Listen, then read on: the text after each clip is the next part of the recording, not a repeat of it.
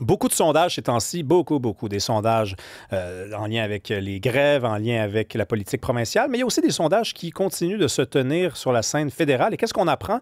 Eh bien, que l'écart commence à se rétrécir déjà entre Mark Carney et son plus proche poursuivant, Pierre Poilievre. On en parle avec François Fournier du balado Yann et Frank. Salut François! Salut Rémi. Là, serais-tu en train de me dire que si ça continue comme ça et que l'écart se rétrécit, il pourrait y avoir des élections et les Canadiens éliraient un méchant conservateur? Ben, pour que ce scénario-là arrive, il faut que des gens votent en fait, qu'ils votent soit contre le budget quand il y aura un budget, parce qu'éventuellement, il va falloir qu'ils en proposent un à un moment donné. On y reviendra. Mais donc, soit il y a un vote de non-confiance ou on fait tomber le gouvernement sur le budget ou sur une loi en particulier. Donc, ça, c'est peu probable que ça arrive parce que les coffres du NPD sont vides.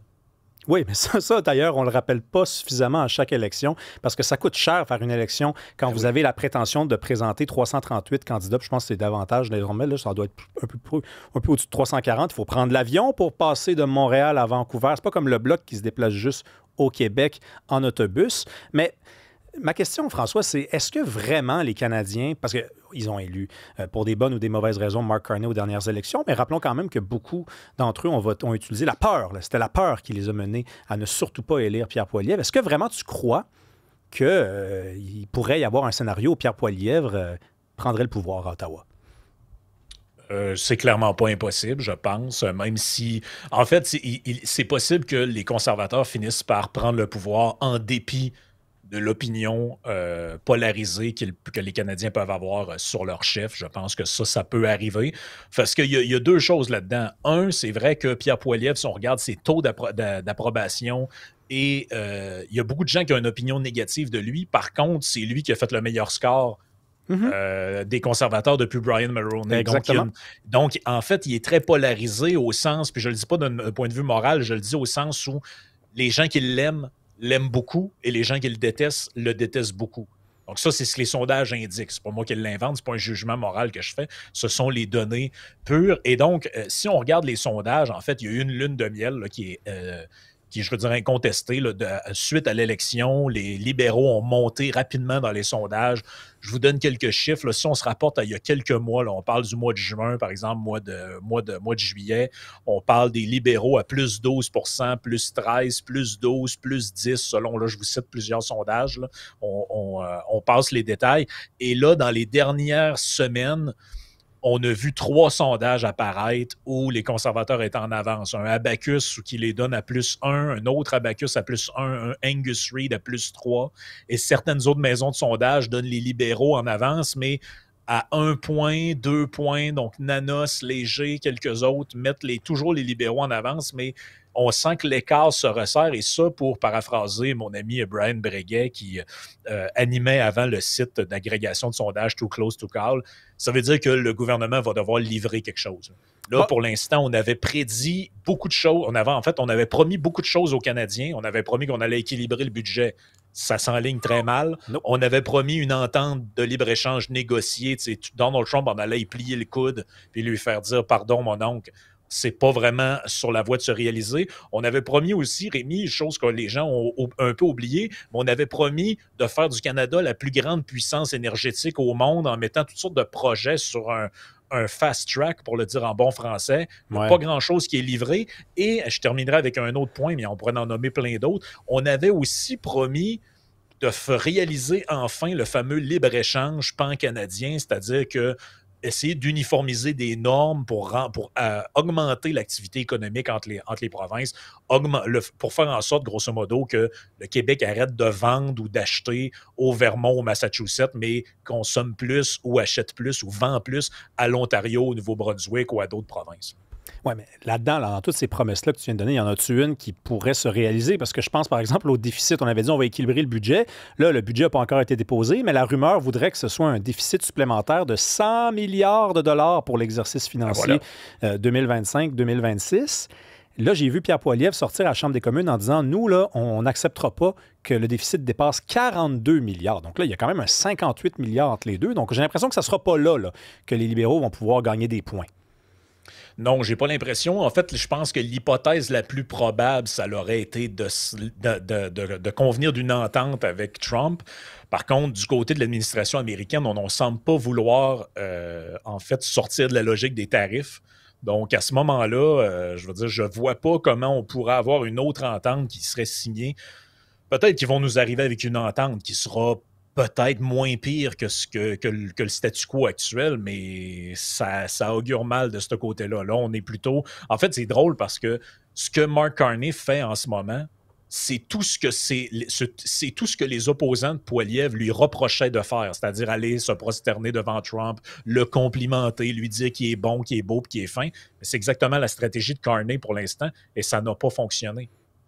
Oui, mais sauf que lui, c'est pas la même couleur que sur son chandail. Je n'en reviens pas que tu n'aies pas encore compris ça. Là. C'est un libéral. Oui. Il y a des erreurs qui sont correctes quand c'est un libéral. Ben oui, c'est tout à fait ça. Hey, on change de sujet, François, parce que tu habites Québec. Il y a un maire à Québec sortant qui est pas mal sur le point de gagner son élection. Si elle avait lieu demain matin, ce serait une victoire là, à plate couture. Il s'appelle Bruno Marchand.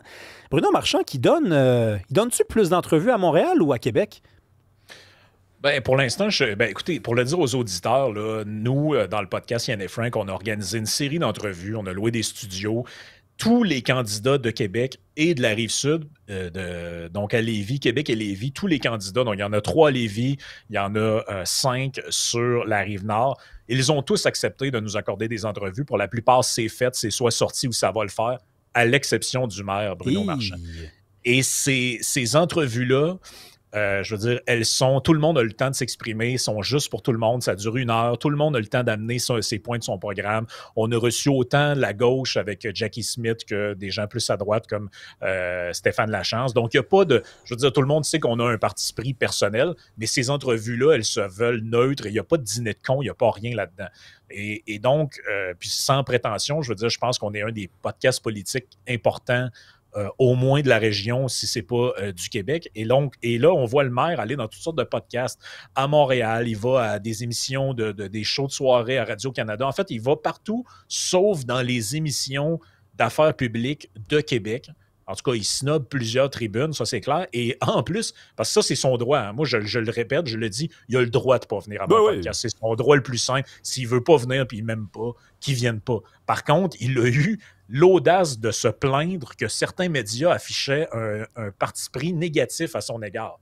Oui, Et là, écoutez, si vous snobez des tribunes, là, chers élus ou potentiels élus municipaux, vous snobez des tribunes et vous les considérez comme des médias de second ordre, ben après ça, venez pas vous plaindre que ces médias-là vous fassent pas la couverture que vous pensez mériter. Oui, puis François, regarde, on va être honnête, là. C'est sûr que quand on comprend, quand on saisit de façon directe ou indirecte qu'un élu ou quelqu'un en général qui a un rôle dans l'espace public ne veut pas venir nous rencontrer, ben ça commence non seulement à être difficile de faire notre travail puis de nommer cette personne-là puis d'en tenir compte parce que son point de vue, on ne le connaît pas. On ne fait qu'interpréter sur la base de d'autres entrevues qu'il donne ailleurs ses points de vue. Mais c'est pas juste ça aussi. Puis c'est pour ça que je dis qu'on va être honnête, c'est que il y a la phase du désamour qui rentre aussi en ligne de compte. À un moment donné, tu sais, si la personne, tu t'es engagé à la recevoir de façon honnête, puis tu as toujours fait ça dans le passé, puis qu'elle décide de ne pas venir, je dirais pas que c'est normal de commencer à ne pas l'aimer, mais c'est sûr qu'elle est plus dans ta gang, sur le plan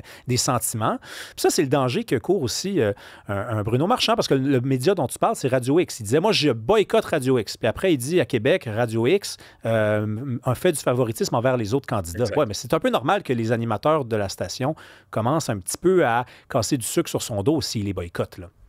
Ben, ça revient un peu à... C'est un peu le même débat que cette semaine. Ben, dans les derniers jours, il y avait par rapport au Parti québécois puis leur réplique qu'ils voulaient publier dans la presse.